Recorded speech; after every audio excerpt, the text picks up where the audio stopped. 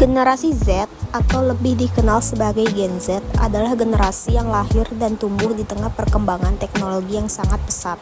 Generasi ini dikenal sebagai digital natives, di mana hampir setiap aspek kehidupan mereka bersentuhan dengan teknologi dan internet. Salah satu hal yang menarik untuk dibahas dari generasi ini adalah cara mereka berkomunikasi, terutama melalui penggunaan bahasa gaul atau slang. Bahasa ini tidak hanya menjadi bagian dari cara mereka berbicara, tetapi juga menjadi identitas budaya dan cara mereka membangun hubungan sosial di era modern. Bahasa gaul atau slang yang digunakan oleh Gen Z muncul dari berbagai pengaruh, mulai dari budaya internet, meme, hingga tren di media sosial seperti TikTok, Instagram, Twitter, dan YouTube. Kata-kata seperti vibes, gaslight, slay, hingga istilah lokal seperti bucin, santuy, dan ngap menjadi bagian dari komunikasi sehari-hari mereka. Yang menarik, istilah-istilah ini seringkali tidak muncul secara formal, melainkan terbentuk secara organik dari interaksi di dunia maya atau fenomena sosial yang terjadi. Bahasa gaul ini berkembang sangat cepat dan seringkali berubah dalam hitungan minggu atau bulan, membuatnya menjadi sesuatu yang dinamis dan sulit diprediksi. Bagi Gen Z, bahasa gaul tidak hanya menjadi alat komunikasi, tetapi juga sarana ekspresi diri. Mereka menggunakan bahasa ini untuk menciptakan identitas yang unik sekaligus untuk membangun hubungan dengan sesama generasi. Misalnya, penggunaan istilah seperti bucin tidak hanya menggambarkan fenomena hubungan romantis yang berlebihan, tetapi juga menjadi cara mereka mengekspresikan humor dan kesan santai dan membicarakan isu personal.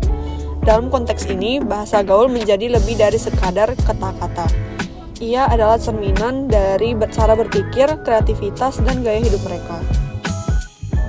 Namun bahasa gaul juga memiliki sisi lain yang menarik untuk ditelaah. Salah satu dampak signifikan dari penggunaannya adalah terciptanya kesenjangan komunikasi antar generasi.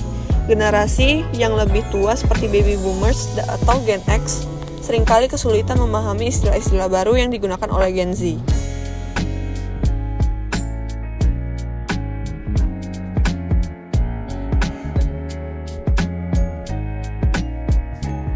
Di sisi lain, ada pula kekhawatiran bahwa penggunaan bahasa gaul secara berlebihan dapat mempengaruhi kemampuan Gen Z dalam berkomunikasi secara formal. Dalam konteks profesional atau akademis, bahasa gaul terkadang dianggap kurang pantas dan tidak efektif. Hal ini menjadi tantangan bagi Gen Z untuk menyeimbangkan penggunaan bahasa gaul dalam kehidupan sehari-hari dengan kemampuan mereka untuk berkomunikasi secara formal ketika dibutuhkan.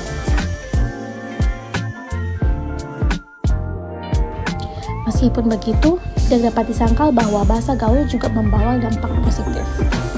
Salah satunya adalah kemampuan bahasa ini untuk menciptakan solidaritas dan rasa kebersamaan di antara sesama anggota Gen Z.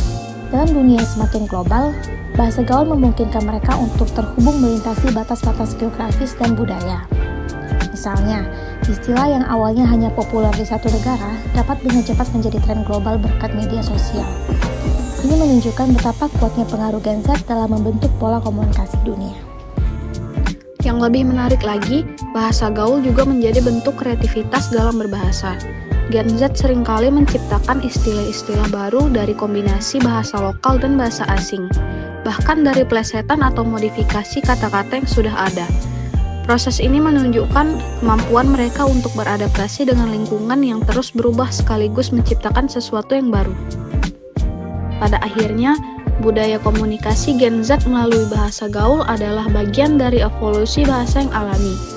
Sama seperti generasi sebelumnya memiliki gaya komunikasi khas mereka, Gen Z dengan bahasa gaulnya menciptakan cara baru untuk mengekspresikan diri dan berkomunikasi. Bahasa ini mungkin terlihat asing atau sulit dimengerti bagi generasi lain. Tetapi di balik itu, ada kreativitas, keberanian untuk bereksperimen, dan semangat untuk tetap relevan di tengah perubahan zaman. Bagi kita yang ingin memahami Gen Z, belajar mengenali bahasa gaul mereka bukan hanya tentang memahami istilah, tetapi juga tentang memahami cara mereka melihat dunia dan bagaimana mereka menciptakan hubungan. Dengan begitu, kita tidak hanya menjembatani kesenjangan antar generasi, tetapi juga merayakan keberagaman dalam cara berkomunikasi.